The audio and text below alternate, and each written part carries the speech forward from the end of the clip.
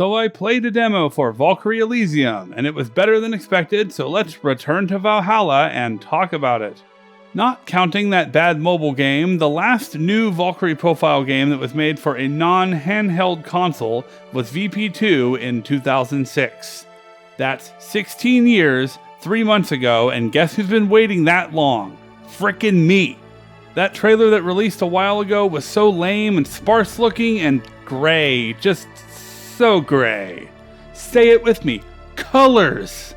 I played the demo on my PS5 because there is no demo for PC, and the only thing you get for pre-ordering the PC version are some desktop wallpapers. Aren't they pretty?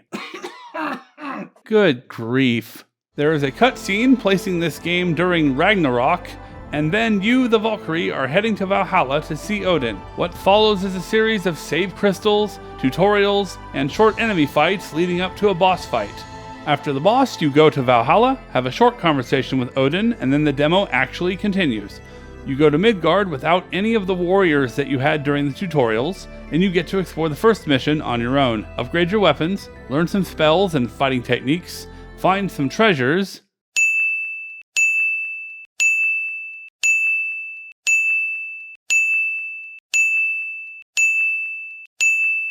grab a side quest that they say you can do later at the large globe, and fight your way to another boss to complete your mission. I did one sub-quest which took me back to Midgard to find a ring. I stopped the demo at that point, but it looks like there could be more to do after that. I like how the demo gives you a lot of time to play around with the game and explore the space. I mean, really? Yeah. Explore the space. Okay. Now let's talk about some details. The environments look nice, and they added the color back into it. There are some areas which look like a PS3 indie game, but I'm happy that it looks nicer than that gray trailer.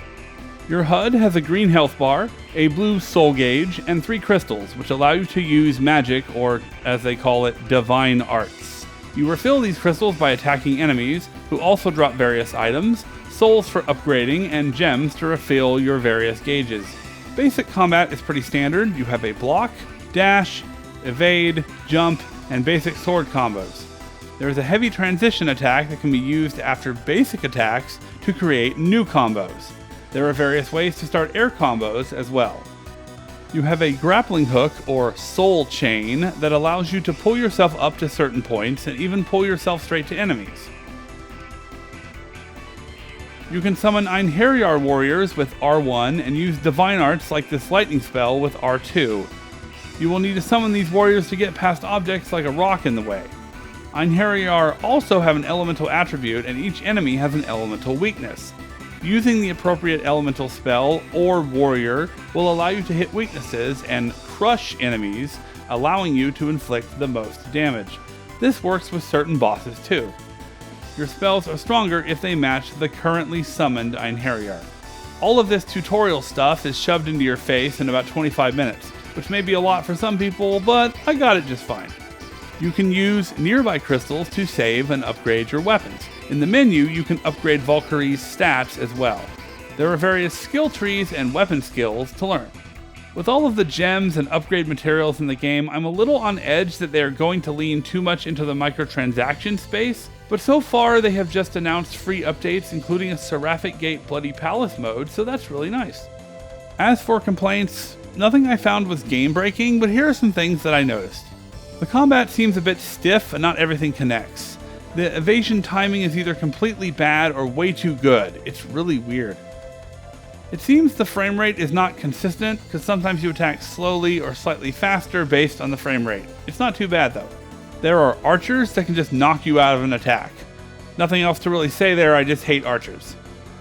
Also, enemies will block and sometimes even step back or lunge back, and your range is not great. You can always use the soul chain, but I don't like having to resort to that all the time. It's really funny that no matter how advanced AI gets, the best AI strategy for most enemies in games is just back up. There also isn't any animation canceling. The animations are quick, but you will need to watch your attack frequency if you are fighting something that you may need to dodge or block. Luckily, enemies seem to telegraph their attacks in very easy to see ways. The audio and music are pretty good, the voice acting is solid, not sure about her pronunciation though. With his spear, Gunganir, The mighty blast of Yalmahorn. Sometimes the Valkyrie will just say things when there are no enemies around or if the enemy spawned on the other side of the map. Defiled soul, you shall be freed. Let us continue to cleanse the world.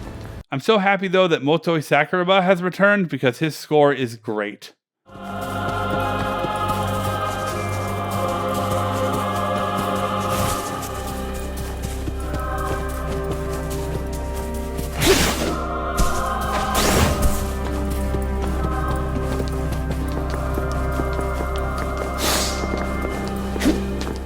I'm happy to see that the game is not terrible.